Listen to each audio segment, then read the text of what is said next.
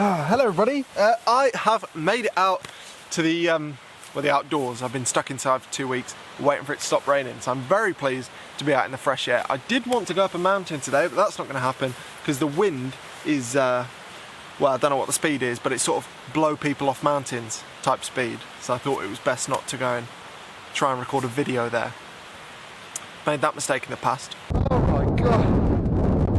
Also, I've made some notes on this video because typically a lot of the time when I'm trying to make videos like this where I just talk to camera, after a while my thoughts start to come out as sort of noises rather than words, which doesn't make a whole lot of sense. So I thought I'd write some down and try and learn them. I'll be 2 minutes.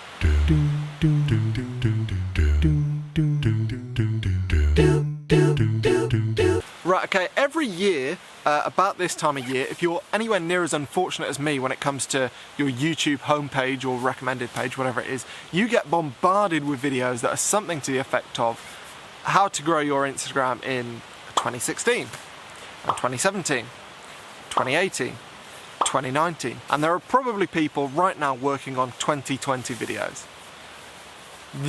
Now, I am not particularly good at Instagram. I don't play the game. I don't upload every single day to feed the algorithm. I don't leave comments like lit or the fire emoji on other people's videos. However, because I'm not very good at Instagram, sometimes I watch those videos kind of like that because they're just quite often really cringy. And typically the advice that they give is along the lines of what I just said, you know, leaving pointless comments and uploading stories when you don't have a story. Hey guys, I'm just about to have my lunch. It's a sandwich wrapped in tin foil. I can't wait, I'm so excited. Woo! Great, see ya, bye, awesome, wah! What? But it kind of gets me to thinking, why are these videos so popular? And I imagine it's because lots and lots of people want to grow their Instagram accounts.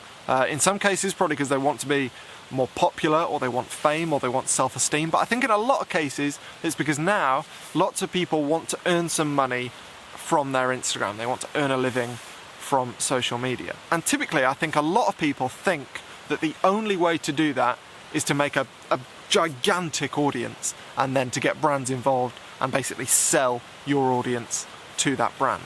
And that's certainly one way to do it. I think there's a better way. Forgot what's next. So there's really nothing wrong with working with brands. In fact, I think it's one of the best ways to make money if you're working with brands who you truly believe in and you love their products. That's how I've approached sponsored videos in the past. That's how I've worked with particular clients in the past.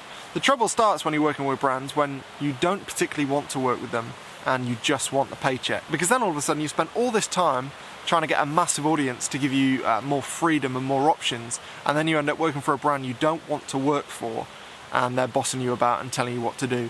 And in that scenario, I think I'd prefer to be doing that with employment benefits and a pension and just be an employee for them, basically. So I don't focus a huge amount of my attention on things like brand deals. Instead, what I do is focus on the quality of my followers, not really the quantity. And that's an approach that I was introduced to by an article that I read some years ago now. It was written maybe 10 or 11 years ago. It's by a guy called Kevin Kelly, and it's called 1,000 True Fans. There's half a chance that you've come across it. It's quite a famous article.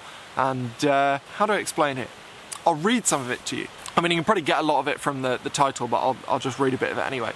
To be a successful creator, you don't need millions. You don't need millions of dollars or millions of customers, millions of clients or millions of fans.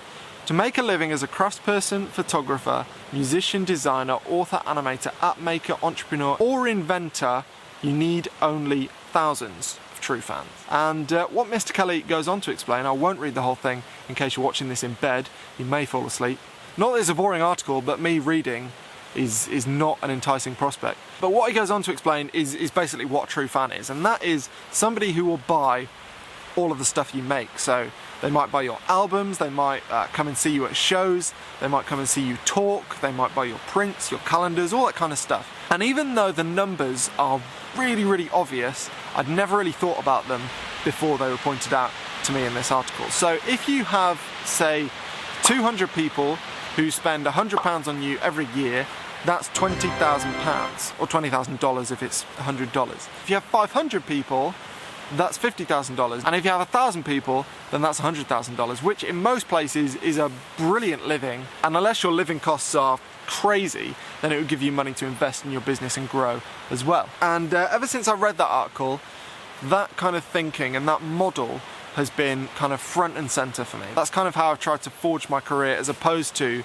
working on jobs and for clients who I don't particularly want to work for. Now, the elephant in the room with this is that if you have a huge audience of hundreds of thousands or millions of people, then chances are that within that audience there are going to be 1,000 people or even more who absolutely love your stuff and who are willing to buy your stuff. The thing is though, in most cases, unless you're just really original, you've probably had to go through a bit of a process in terms of investment of time in order to grow that massive audience. And that's time that could have been spent working on your craft as opposed to doing the admin involved in trying to build an audience. I think I've gone a bit off-piste, but it doesn't matter. Basically, the point of what I'm trying to say is that I think it's better, if you're trying to make money from things like Instagram, that you're aiming to find people, a few people relatively, who love your work as opposed to a ginormous amount of people who kind of like your work. I think in most cases that will lead to you having more freedom and flexibility with the kind of work you do, and lead to you doing more work that's kind of true to yourself rather than true to some corporate boardroom who wants you to do A, B and C. Whatever A, B and C are.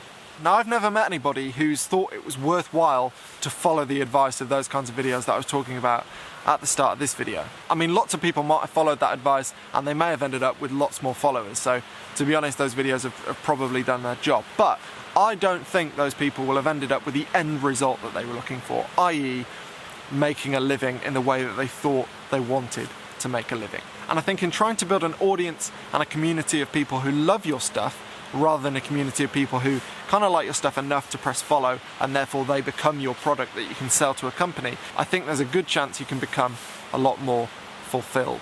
The question, of course, though, is how do you find people who love your stuff versus people who just kind of like it? And it's not a particularly easy or straightforward venture. What I would say is that I think it's best to try and focus on being different rather than just being a little bit better than other people. So I think if you can be different, then there is a higher chance that people will have a more extreme reaction to your stuff than if it was kind of like anyone else's work. And that might be bad. Some people might hate your stuff, but I think you're much more likely to find people who love your stuff if it's unlike things that people have seen before. So yeah, try and focus on being different. And the good news is that if you're different and good, then you'll probably end up building a massive audience anyway. But you'll just bypass all the commenting and stuff that you have to do to get the big audience. Yeah. I mean, even with notes, I don't know if that makes any sense at all. I just wanted to get that off my chest because there's so many of those videos and they absolutely do my head in. Anyway, thanks for watching. I'm going to go and try and find my car.